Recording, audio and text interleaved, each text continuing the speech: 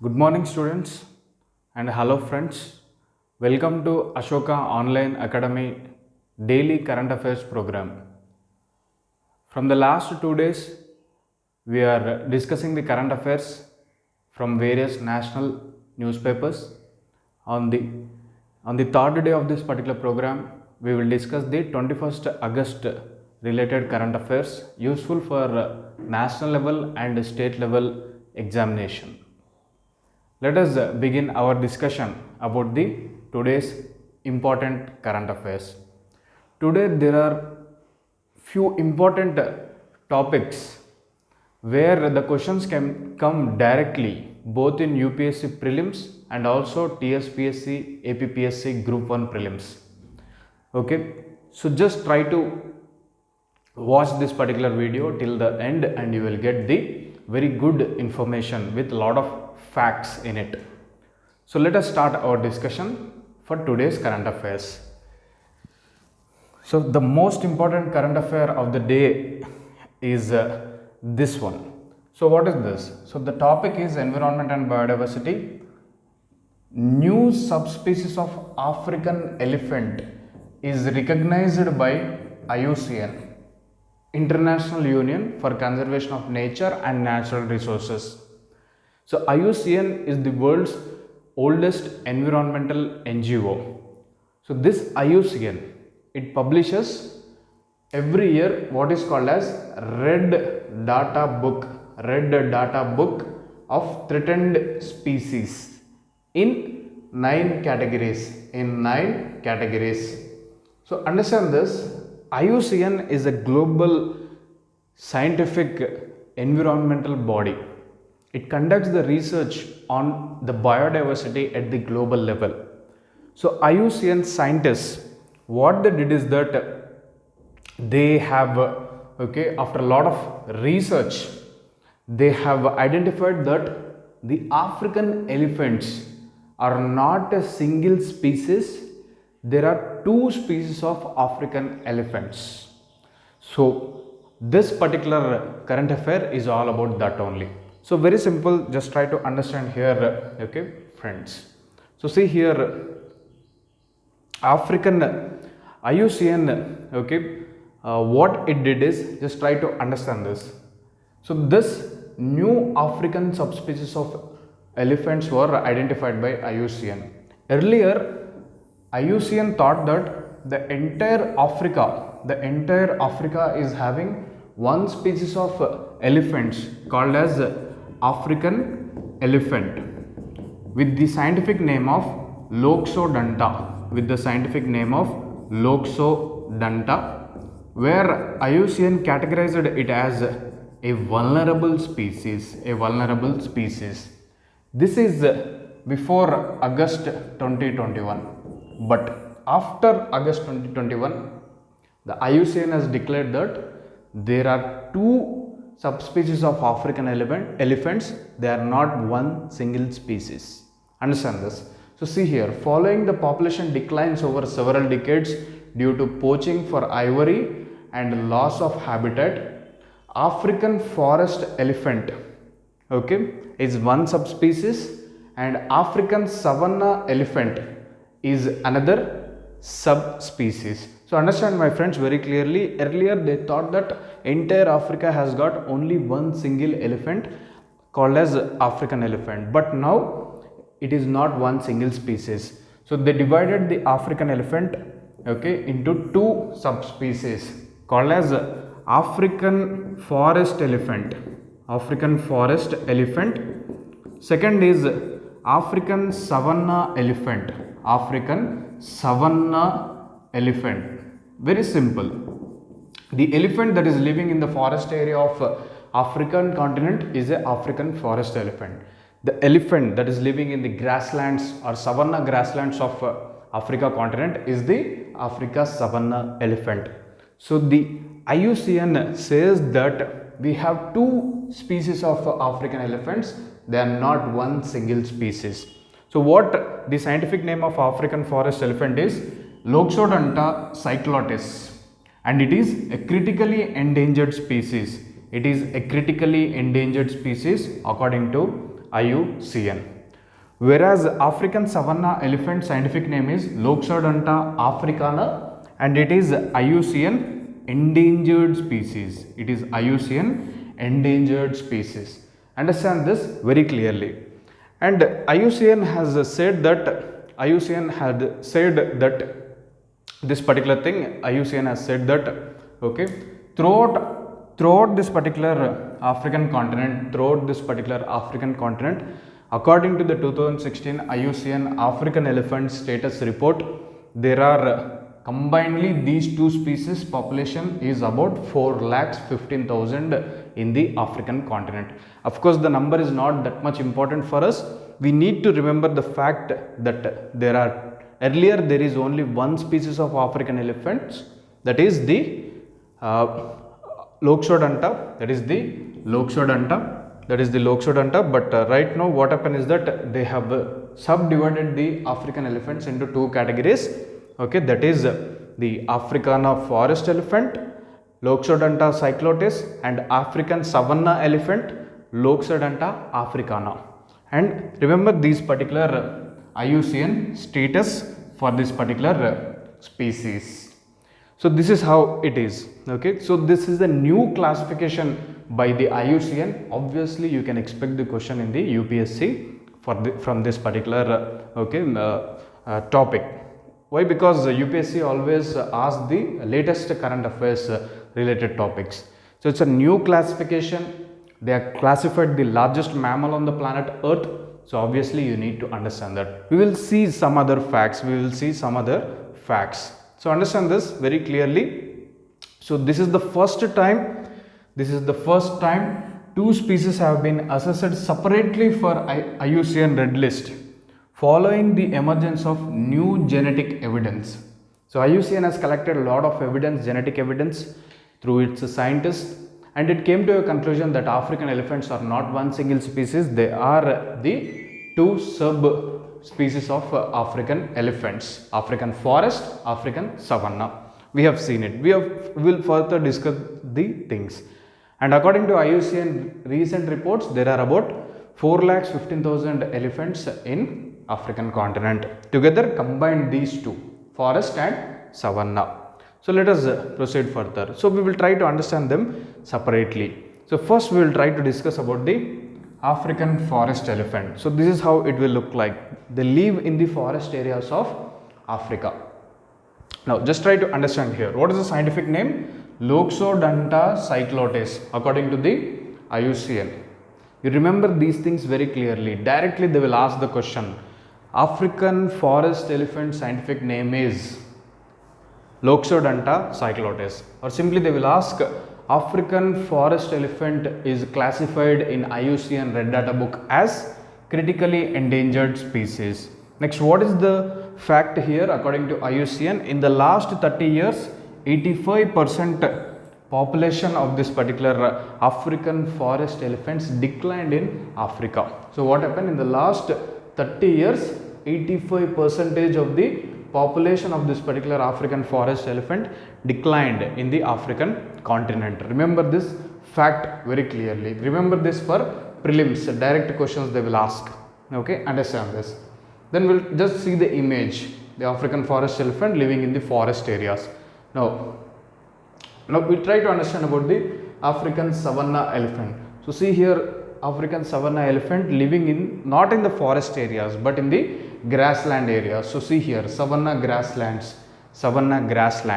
wherever you have the savanna type of climate or Sudan type of climate, you will see this particular savanna grasslands, and in this grasslands the African savanna elephant is living there.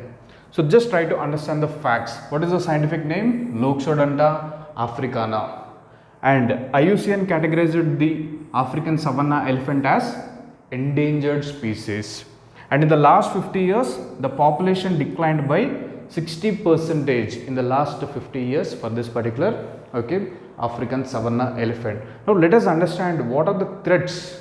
What are the threats to this particular African elephants in Africa? Very simple. They were killed for this ivory.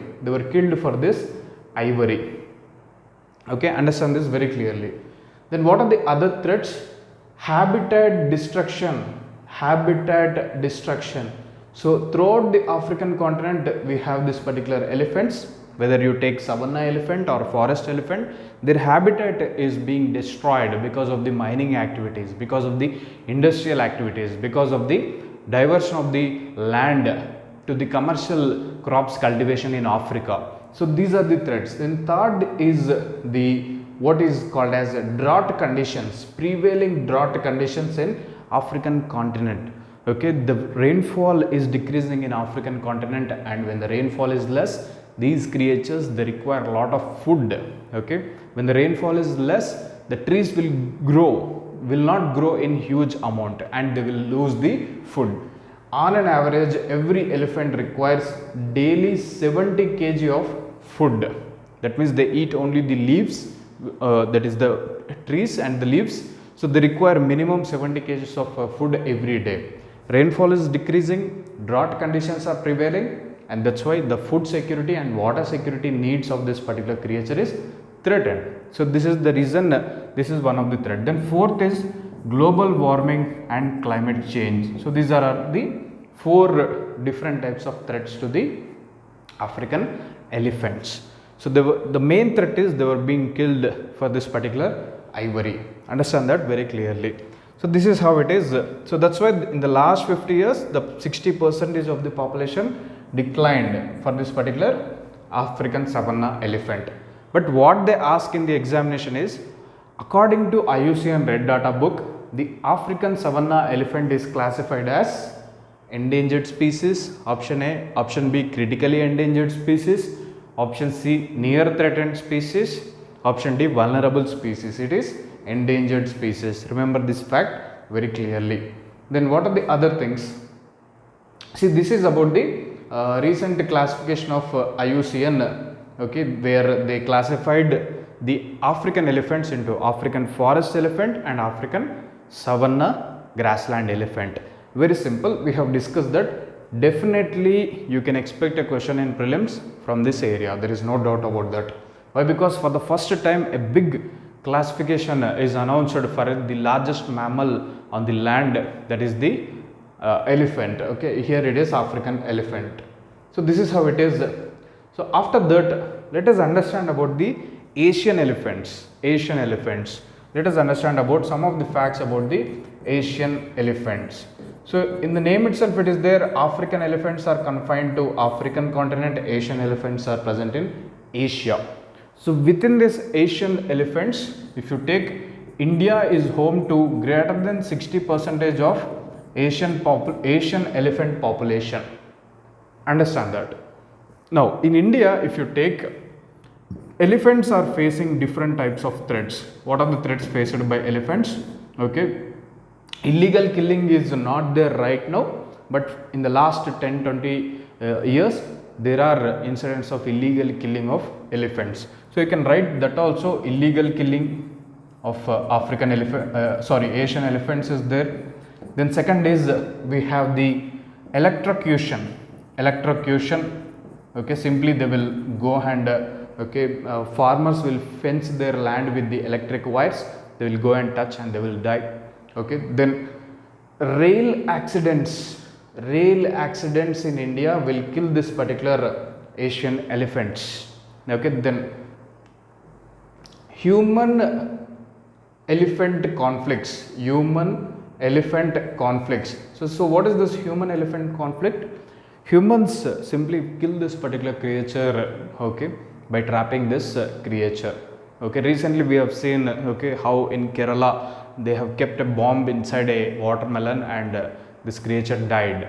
Okay, so all these things are there. Human elephant conflict is there. According to the Government of India reports, every year 400 people in India die because of the human elephant conflicts. So this is how it is. We will try to understand some facts about the Asian elephant. So see here, Asian elephant, the scientific name is Elephas maximus and it is a IUCN endangered species.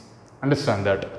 And the World Elephant Day is 12th August, celebrated as World Elephant Day from 2012. Remember this fact, they will ask. And Government of India launched Project Elephant, okay, in the year 1992. The goals or the aims of the Project Elephant is very simple. You need to protect the elephants in India. You need to protect the elephant habitats. You need to reduce the elephant man conflict in India. These are the three main goals of Project Elephant launched by Government of India 1992. As part of this project, we are creating the elephant reserves, and there are 32 elephant reserves in India. Understand, these are all facts. And Asian elephant is the national heritage animal of India. This is a direct question asked in the prelims exam. And you should also understand some facts like the elephant census is conducted in India once in 5 years. Understand this very clearly. Government of India conducts the elephant census once in 5 years. For the first time they conducted it in the year 2017, then 2012, then recent census 2017. According to the recent 2017 census, India has 964 Asian elephants in the forests of India. Understand this very clearly. And according to this 2017 elephant census, the highest population of Asian elephants is recorded from Karnataka, followed by Assam and Kerala. Remember these facts very clearly. Any exam you are writing, whether prelims or group 1 prelims or UPSC prelims or Andhra Pradesh prelims, okay, or group 2, you can expect the questions from this area. Like simply they will ask what is the IUCN Red Data Book category for the Asian elephants. It is endangered species. Then simply they will ask when is World Elephant Day celebrated? August 12. They can ask a difficult question also. From which year the World Elephant Day is celebrated? 2012 for the first time. Okay. Then they will ask what is the national heritage animal of India? It is Asian elephant, that is Elephas maximus. And they will ask when will be the elephant census conducted in India? Okay, once in 5 years. First time in 2007. Or they will ask which state in India is having the highest number of Asian elephants? It is Karnataka. So all these things are there, okay, in the form of facts I have given here. You can understand these things and note them, and it will be useful for your prelims and mains. Prelims examination, this is not the mains content, okay, it is for prelims only. So prelims examination, they will be useful. So just write them and keep it with them, then follow the things and revise the things, you will understand slowly. Okay. Now on these elephants, there is a question in a 2020 UPSC prelims paper. Let us understand this question very simply. So what is this question asked in 2020? See here, with reference to Indian elephants are Asian elephants, Elephas maximus, IUCN endangered, okay, IUCN endangered list. They are present, and it is a Schedule 1 animal under Wildlife Protection Act. So what he is asking, with reference to Indian elephants, consider the following statements. What is that? First statement, the leader of an elephant group is a female. That means the old female of the elephant group, okay, will lead the entire group. It is a true statement. Second statement is, see here, the maximum gestation period can be 22 months. So what is this gestation period? It means how much time the elephant requires to give birth to the new offspring. That is gestation period. But people who are preparing for this particular exam, I can assure you 100% students in India will not able to know about this. Only the people who did the veterinary degrees, they will understand this, and very less will be there. So no need of fearing for this particular statements. When you don't know the statement whether it is true or false, still you can attempt the question. How? You will understand here. Now third statement, see here, an elephant can normally go on calving till the age of 40 years only.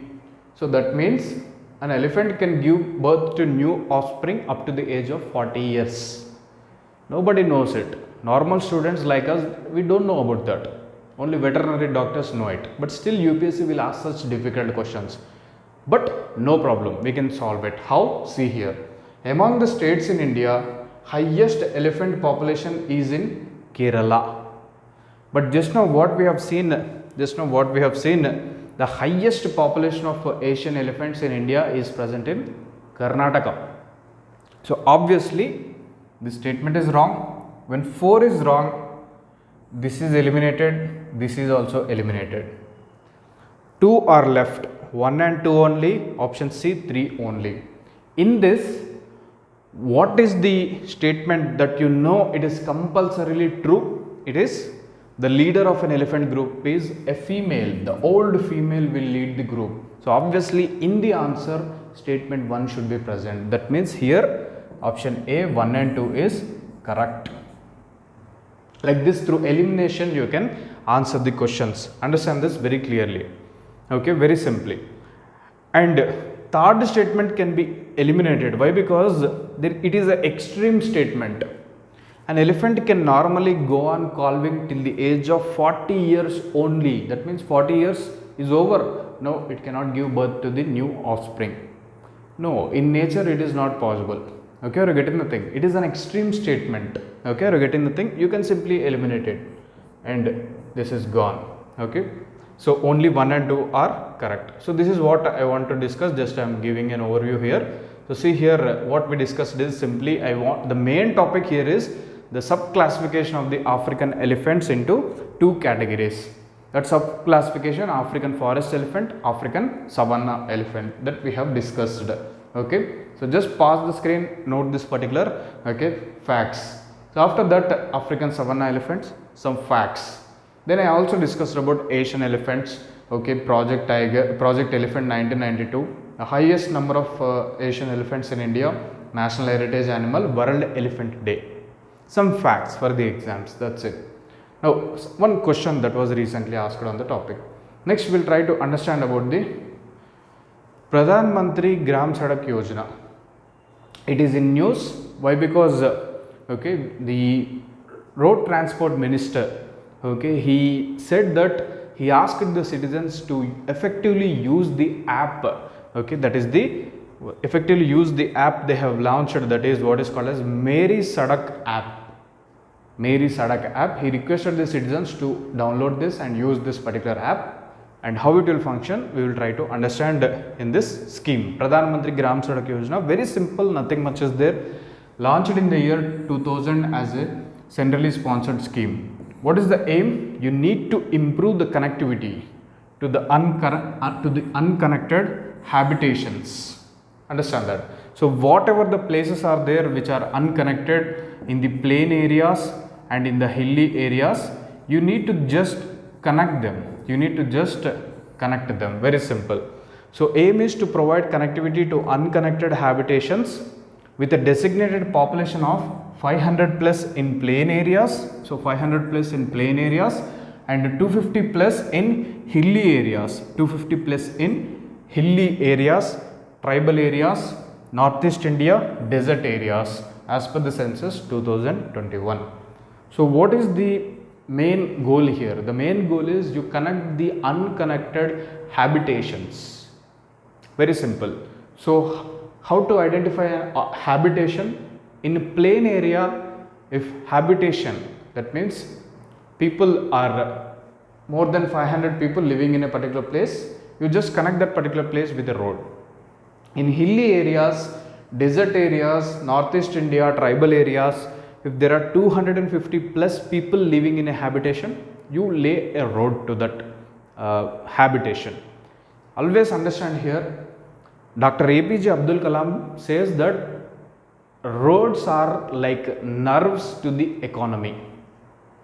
So the role of nerves in our body is that they pump the blood and ensure that the entire biological system is working. Same thing, the entire economy is based on the roads. You need to have the roads. Okay, you need to connect each and every village so that whatever the production and services that are happening in the villages, they will reach to the cities. And how it will happen? Villages will produce a lot of fruits, vegetables, agriculture products. So all those can be accessed by the urban people via roads. They can sell their produce, okay, and reach the market by roads. They sell this particular products, and in the process they will economically empower. So, and the economic development will happen in the country. So this is how it is. So this is the Pradhan Mantri Gram Sadak Yojana. We need to connect the plain areas. People, 500 plus people are there in a plain area habitation, connected with a road. 250 plus people are there in a hilly area, desert area, tribal area, connected with a road. Why? Because roads will empower the economies of the villages. Okay. Now this particular scheme is under Ministry of Rural Development. In the phase 3, which is recently approved in 2019, it involves construction of the roads connecting the village to the very much near markets, agricultural markets. So see here, these are grams. Grams means Gramin agricultural markets. Higher secondary schools and hospitals should be connected according to the third phase of the Pradhan Mantri Gram Sadak Yojana. Very simple. Okay, are you getting the things here? And see here, the Pradhan Mantri Gram Sadak Yojana, Gram means rural, Sadak means roads, Yojana, shall cover only the rural areas. The program covers only the rural areas and construction of the rural roads. It is not concerned with the urban roads. Understand that very clearly. Okay. And what is the funding pattern? The funding pattern is like this. Okay, the Indian government will provide 60% of the funds to construct the roads, and the state governments will provide 40% of the roads funds to construct the roads under this particular scheme. And when it comes to the northeast and Himalayan states, funding pattern is 90:10, 90 by central government, 10 by state governments. Very simple. And they have launched Meri Sadak mobile app. So what is this? It enables the citizens to register complaints regarding the quality and pace of construction of the Pradhan Mantri Gram Sadak Yojana roads. Simply you download the app, you can just complain to the Ministry of Rural Development that in our village the road is not properly laid, okay, the road is not of fine quality, and you take appropriate steps to improve its quality. But you have to register your complaint via Meri Sadak mobile app.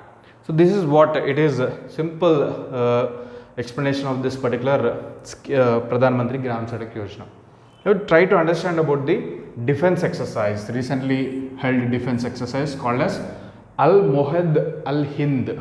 Al-Mohad Al-Hind. So what is this? It is a naval exercise. It is a naval exercise between India and Saudi Arabia. Between India and Saudi Arabia. Understand this very clearly.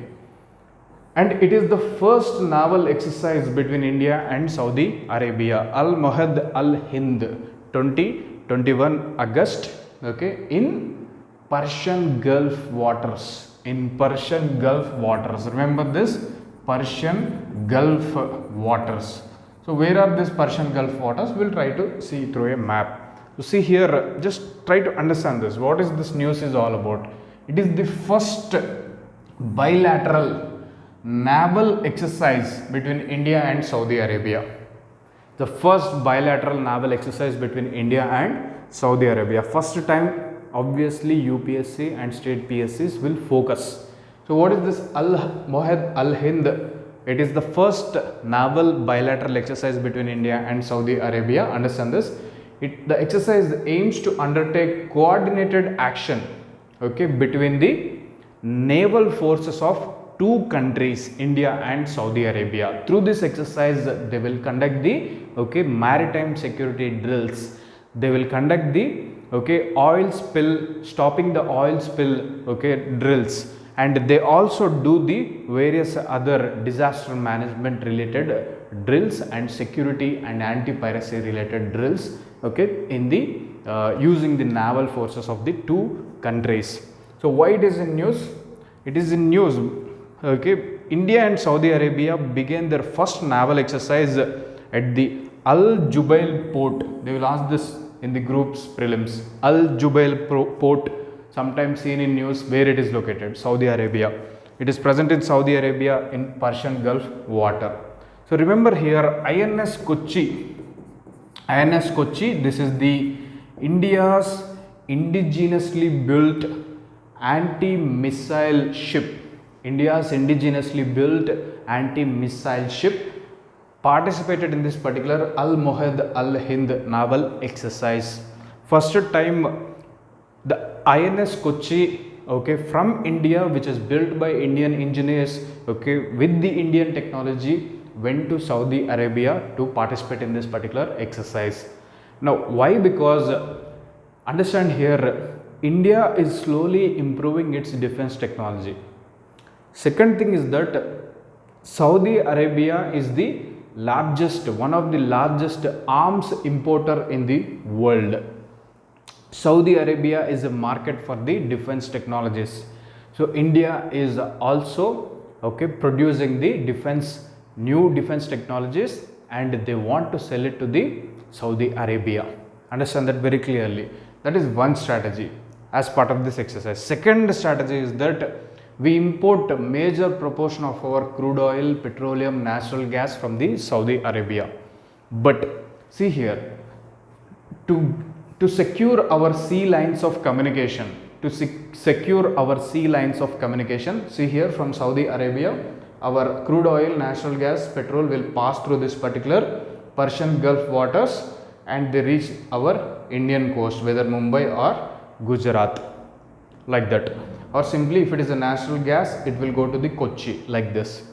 Now, having good relations with Saudi Arabia and having naval cooperation is very, very important for India to secure its sea lines of communication, which are bringing the crude oil, natural gas, petroleum, energy resources into India from Saudi Arabia. So this is the Persian Gulf. So see here, this is the Persian Gulf. So this part is called as Strait of Hormuz. Strait of Hormuz. So Strait of Hormuz, it is under the control of the Oman and Iran. Strait of Hormuz. Okay, from this strait, okay, the ships will carry the oil and they will just pass through the strait and come to the India via Arabian Ocean. So the point here is why they conducted this naval exercise, so that our navy can work with the Saudi Arabia navy and secure this particular crude oil ships, natural gas ships coming from the Persian Gulf waters and Strait of Hormuz waters. Very simple. For that, this exercise was conducted at the first step. Then Saudi Arabia also requires the help of the India in terms of the various other sectors. We are importing the oil from Saudi Arabia, very good. But what Saudi Arabia needed from India? Saudi Arabia needed from India the various technologies like defense technologies. Okay, they require our IT services, information technology services. They require our renewable energy technologies. Okay, they require our expertise in engineering and infrastructure development. Okay, they require our skill development or skilled engineers from India. Okay, they require our new agriculture technologies, okay, so that they can grow the crops in the desert areas. So all these are the requirements of Saudi Arabia from India. So you have to look at the broader point also. So this is how it is. Next we proceed with the Kisan rail services. You can expect a question from the Kisan rail services. So see here, the Kisan rail services announced in the budget 2021. So what it is, very simple. You have a rail with lot of wagons, and all these wagons are fitted with AC. They are fitted with the AC. In a way, simply this particular rail, Kisan rail, is nothing but a moving cold storage. It's a moving or mobile cold storage unit. Very simple. So as part of the Kisan rail service that was announced in the budget 2021 to provide better market opportunities by transporting perishable agricultural products including milk, meat, fish, vegetables and fruits also. So why it is happening is that in India, because of the lack of transportation facilities, whatever the perishable fruits and vegetables we are producing, they are restricted for local consumption only. We are not able to sell, the farmer is not able to sell his perishable goods to a distant place.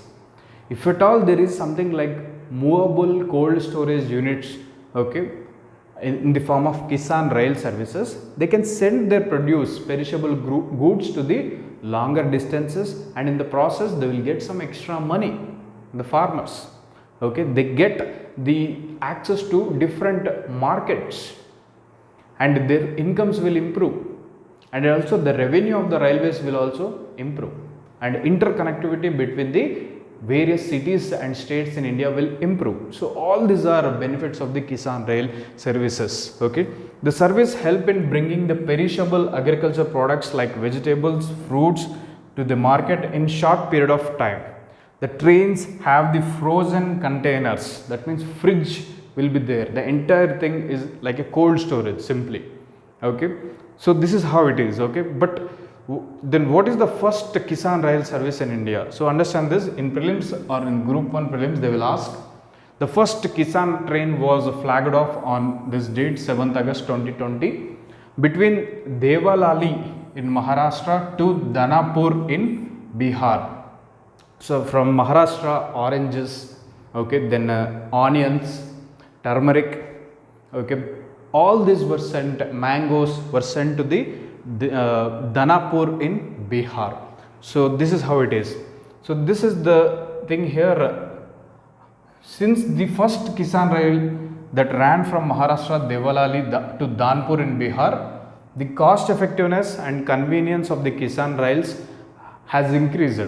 500 trips were done and 1.69 lakh tons of fruits and vegetables were transported till August 12, 2021 only in this route, Devalali, Maharashtra and Danapur, first Kisan rail service. Understand this from prelims point. Then see here, this is the map from Devalali to Danapur in Bihar, first Kisan rail service was inaugurated. Okay, understand that very clearly. Remember the date for the prelims related exams, group 1, group 2, all these things. But UPSC, no need of remembering this date. Okay, understand that. Now let us see further. Okay, now see here, see here, the second Kisan rail was from Andhra Pradesh. From Anantapur to Adarsh Nagar in New Delhi, the second Kisan rail service was inaugurated by the Indian Railways. See here, and it is the first Kisan rail from Andhra Pradesh and also the first Kisan rail from entire South India. Understand that very clearly. It was sent on 9th September 2020 and from Anantapur. Why they are sending from Anantapur to Delhi? Why? Because Anantapur district of Andhra Pradesh is called as the fruit bowl of Andhra Pradesh. It is called as the fruit bowl of Andhra Pradesh. Different types of fruits, vegetables were sent from the Anantapur to the Adarsh Nagar in New Delhi, the second Kisan rail service. Understand this very clearly. Okay. Next is we have what is called as, if you take the Telangana, the first Kisan rail from Telangana inaugurated on 8th February 2021 from Warangal to Barasat in West Bengal. From Warangal to Barasat in West Bengal. People who are preparing for group 1 and group 2, you have to understand this fact. And from Warangal they have sent turmeric and mirchi to the Barasat place in West Bengal. So this is how it is. So these are all the facts, Kisan rail services. Just try to understand here why it is in news, why I included here. Why? Because recently just a fact came that first Kisan rail service operating from Maharashtra to this particular Danapur in Bihar, it has transported 1.69 lakh ton of fruits and vegetables, made more than 500 trips. So this is how it is. Okay, you remember these fact, and people from Andhra Pradesh remember this fact. The Andhra Pradesh is the fruit bowl of AP, Anantapur, and also the second Kisan rail in India, first Kisan rail from South India. And people from the Telangana, you remember this also, when it started, the Kisan rail from Warangal to Barasat. Okay. Next we see a small topic of general awareness called as Sarthi and Manchithran portals. So what is this? The government of India has launched 3 web portals to offer the geospatial data. Geospatial data means maps related data, okay, by Survey of India and NATMO. 2 of them, they have launched this particular geospatial, okay, data portals. Totally 3 geospatial data portals were launched by Survey of India and NATMO together. Why? Because these organizations, they collect map related data, geographical information. So what are those 3 web portals? One is Sarthi, second is Manchitran, other is also there. We'll try to understand that. So see here, first portal is Geospatial Data Dissemination Portal. Geospatial means, okay, a geographical, okay, or a map kind of data, okay, data dissemination portal. So it is developed by Survey of India. It is developed by Survey of India. Understand this. The purpose is, the portal is a rich repository of maps and functionalities. It will provide the maps in the download format about the national level maps, state level maps, district and village level maps are available in this particular Geospatial Data Dissemination Portal. Okay, if you want to look into the map of your village or district, you can download this particular from this website. Very simple. Okay, so that citizens will have access to the geospatial information. That is how it is. Next, we have a portal was launched called as Sarti Portal, developed by Survey of India. The purpose is, it is a geographical information system. It's an information repository or data repository that will help the users in creating applications for geospatial data visualization, okay, from their side. Simply, very simple, how it will work is, all the geographical information about a particular place will be stored in this particular Sarthi portal. The latitudinal position of a particular place, the longitudinal position of a particular place, the highest point of a particular place or a particular district, the lowest point of a particular district, the forest cover of a particular district, agriculture area of a particular district, dry land area of a particular district. All this is geographical information is present in this Sarthi portal developed by Survey of India. We will come to know what is Survey of India also. So people can just download that data and create their own applications. So that is this particular Sarthi portal.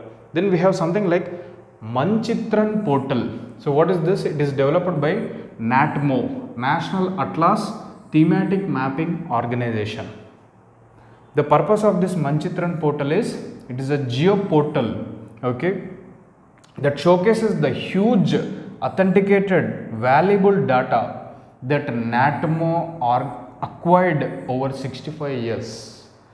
NATMO is a National Atlas and Thematic Mapping Organization. So our Indian Atlas or the state Atlas is prepared by this particular NATMO. So all this information about the atlases of the government of India and also the state level, okay, atlases, they are collected from the last 65 years by NATMO. All that information is part of the Manchithran portal. Simply they will comprises of the maps of India, maps of states, maps of districts, maps of villages from the last 65 years. That means you can access the map of India from 1950 now also. Now how is the map of India? Okay, all that maps are part of the Manchithran portal. Very simple.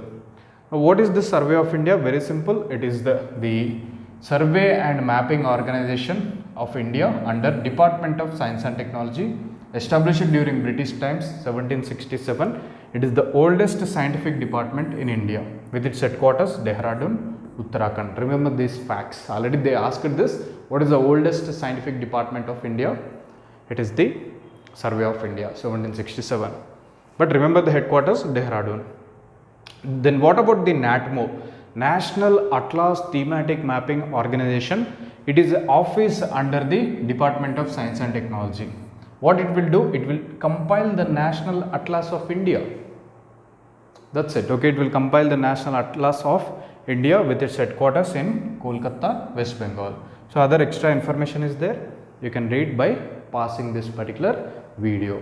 Very simple. We will try to deal the current affairs in a simple manner, okay, to the fact, okay, to the point. Okay, they are useful for UPSC, they are useful for state PSC, TSPSC group 1, group 2, APPSC group 1, group 2. So slowly we will improve over a period of time, okay, and please follow this current affairs, and if need, please share with the friends also.